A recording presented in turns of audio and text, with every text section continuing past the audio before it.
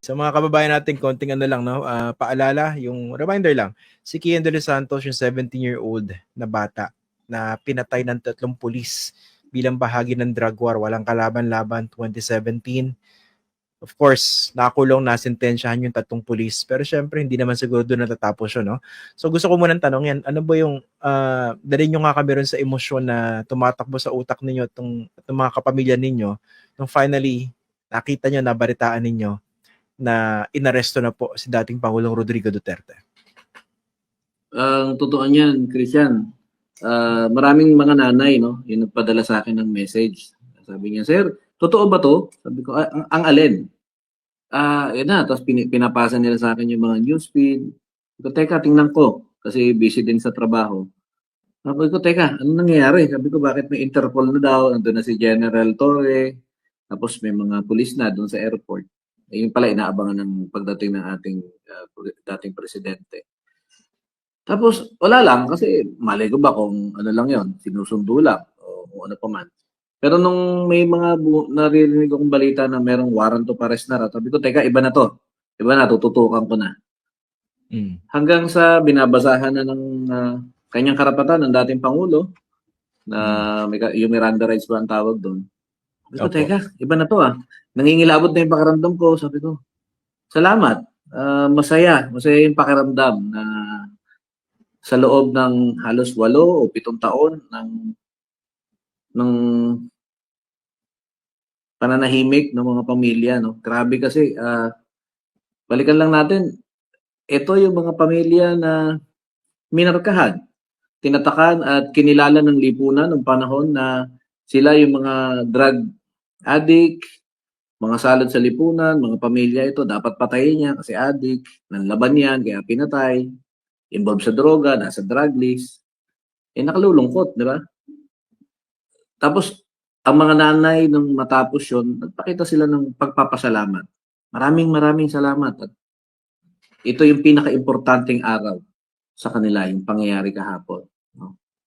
Na hulihin po yung ating, labasan ng warrant of arrest yung ating dating Pangulo. At kanina po, parang lumipad na yata, hindi ko alam kung kagabi o ngayon, araw na ito ay dinala na yata. Papunta doon. Opo. So, masaya ho ang mga pamilya. Oo. Kayo, di ba yung 3 pulis na pumatay dito in De Santos, yung nakita sa CCTV, nasentensyahan, no? Nakapiit po sila ngayon. Pero sapat na ba na sila lang inapatawa ng parusa? O importante sa inyo na dapat yung mismo may pakana ng drug war na ito managot? Sa akin, dapat managot, Christian eh. Kasi sunod-sunod na naging patayan. At yung kanilang paraan ng pagpatay ay very systematiko eh. Di ba? Papasukin ng bahay, pag napatay nila, sasabihin, ng laban, may baril, may shabu. Parang yun at yun eh. Yun at yun. Tapos, nung nagre-reklamo na tayo, na sunod-sunod na yung patayan, walang nangyayaring extrajudicial killing. Sinusunod lang ng ating mga pulis yung kanilang trabaho. Pero nung napatay si Kian, medyo nakita natin, no? Na meron talagang paglabag. Nagkataon lang talaga na yung mga pagpatay nila ay napakahirap punan ng ebidensya. Swerte lang ng kay Kian dahil meron tayong CCTV, may mga tao na naglakas loob na tumistigo para patunayan, no, na walang kasalanan yung bata. Did you imagine that this day would come? Darating itong araw na ito na yung mismong promotor may pakana nitong drug war maihaharap sa ICC? Well, dati napanghinaan din ng loob eh. Diba, Christian? Kasi makapangyarihan. Tapos, paano mo ilalagay sa isipan mo na pwede bang mangyari? Pwede bang masampahan ng kaso man lang? Litisin ang isang taong napaka-makapangyarihan ng mga panahong yon. Pero yung pangyayari kahapon, naging malinaw at yun nga yung aking pananatili na sa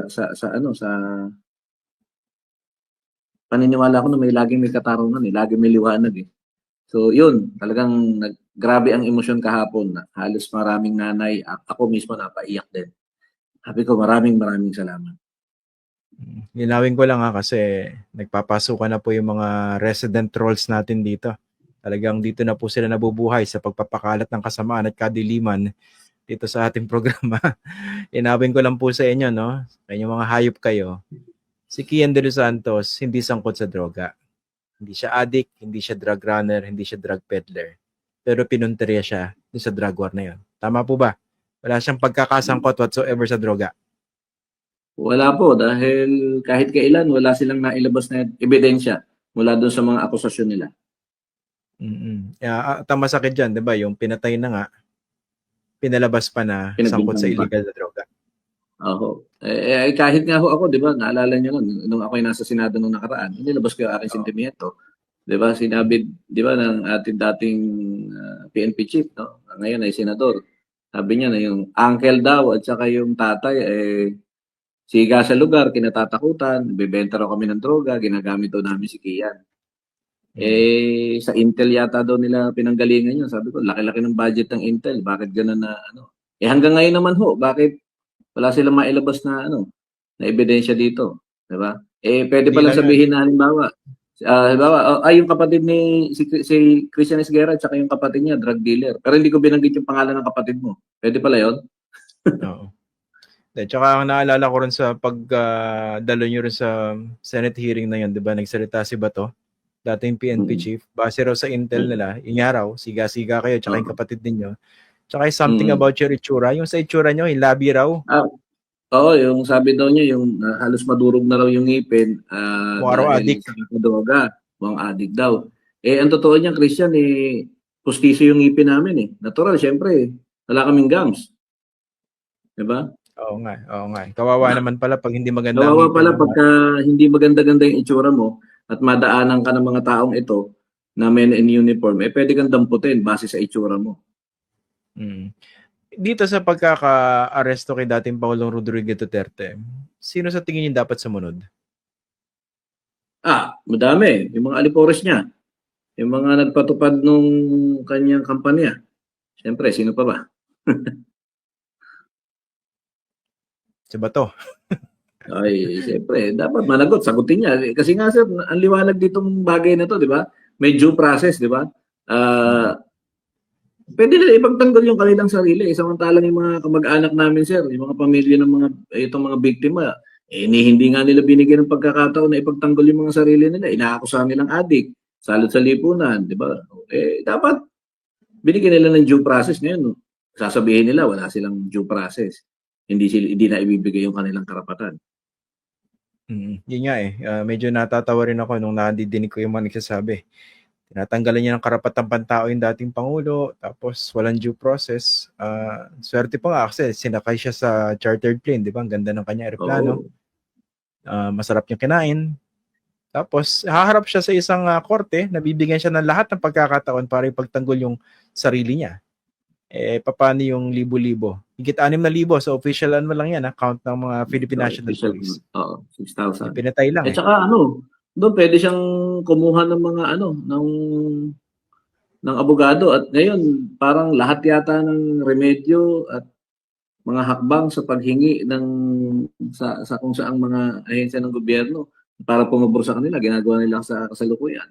Kami noon hindi nga kami makakuha ng police report. Simpleng dokumento mula sa gobyerno. Ang dami Christian, yung mga nanay na nasa ada ng program Pag-ilom, karamihan dyan mga walang police report. Kasi ayaw silang bigyan, tinatanong sa mo gagamitin. Diba? Para sa mga viewers natin, si Mr. Randy, bahagi po siya nitong program Paghilom ni Father Flavie Villanueva, di ba? Na pinagbubuklod yung mga pamilya, mga kaanak ng mga biktima ng drug war para maibalik man lang yung kanilang dignidad.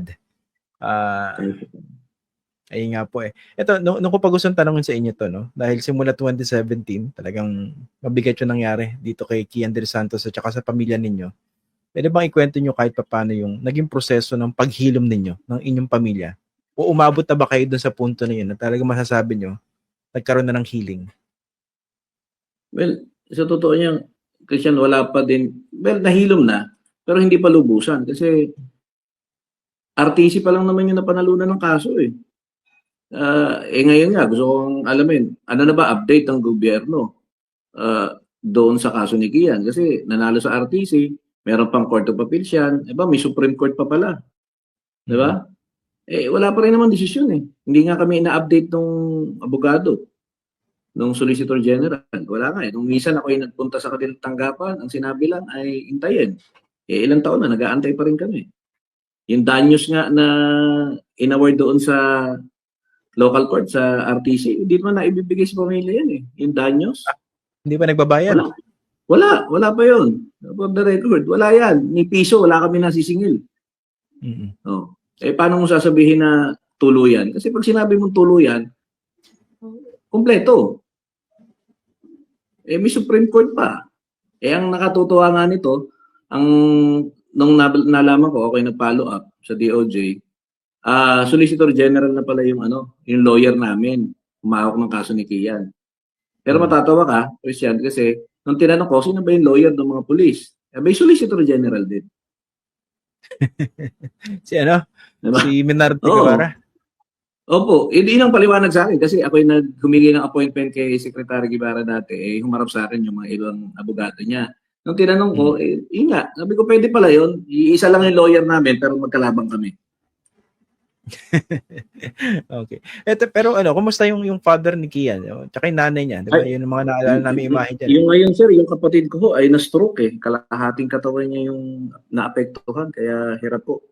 Pero kahapon, nung binalita ko sa kanya yung ganun niyang pangyayari na may warrant of arrest at huhulihin, hindi ko pa kasi na-update siya na nahuli na eh. Kasi yung signal medyo mahina sa kung nasaan sila ngayon. Masaya naman siya. Sabi niya ay maraming salamat at hindi lang para kay Kian itong nangyaring napakahalagang araw, kundi pati na rin sa mga iba pang pamilya na naging biktima. Yung nanay po ni Kian, kumusta? Naalala namin yung bumalik, di ba? Lumipad siya, pabalik ng Pilipinas, tama ba? Oo. Nung time na yun kasi nung pinatay si Kian, nagtatrabaho siya sa ibang bansa, OFW. Ngayon may konting pangkabuhayan at yun, nag-aalaga sa aking kapatid na may sakit. May kapatid po ba si Kian? Meron, may mga pamilya na rin. Okay. I can only imagine yung paano nyo pinagdaraanan yung proseso na yan, no? Yung paghilom na tinatawag. Dahil ang bigat na nangyari, di ba? Yung walang kamalay-malay, hindi nyo ma-imagine na, ay, may nangyari na sa Kian namin, di ba? Tapos siya pa yung parang naging poster boy nito eh. Di ba? Kaya siya pa yung yung laging ginagamit. Ito, may gumagana yung sistema, meron kaming napakulong, ganito ganyan. Pero hanggang doon lang. Hindi na ibabalita na hindi pa pala tapos. Oo nga eh. O nga, laging ginagamit yan daw para hindi makapasok daw yung ICC dahil talagang gumagana yung sistema ng hustisya dito. Tingnan nyo na lang si Kian de los Santos. Pero out of so many thousands of victims, ilan lang ba yung talagang na-prosecute at saka nasintensyahan, di ba? Parang yung kay Carl de Guzman lang yata at saka kay Kulot, no? At saka itong huli yung kay Jemboy pero napakababa ng hatol. Isa na botas. Oo, isa na botas. Diyan po ba sa sa program Paghilom, ilan yung mga kasama yung mga kaanak ng mga biktima na tinutulungan? Ngayon, meron kaming 312 no, sa record. Plus mayroong batch 20 ngayon na 15. So, yun. 300 meron ba kayong parang cooperation para dito sa sa napipintong trial diyan po sa ICC? Sa kasalukuyan wala pa naman na nagpaparamdam. Pero sana ay na yung mga ibang nanay naman willing naman sila na tumistigo, magsalita.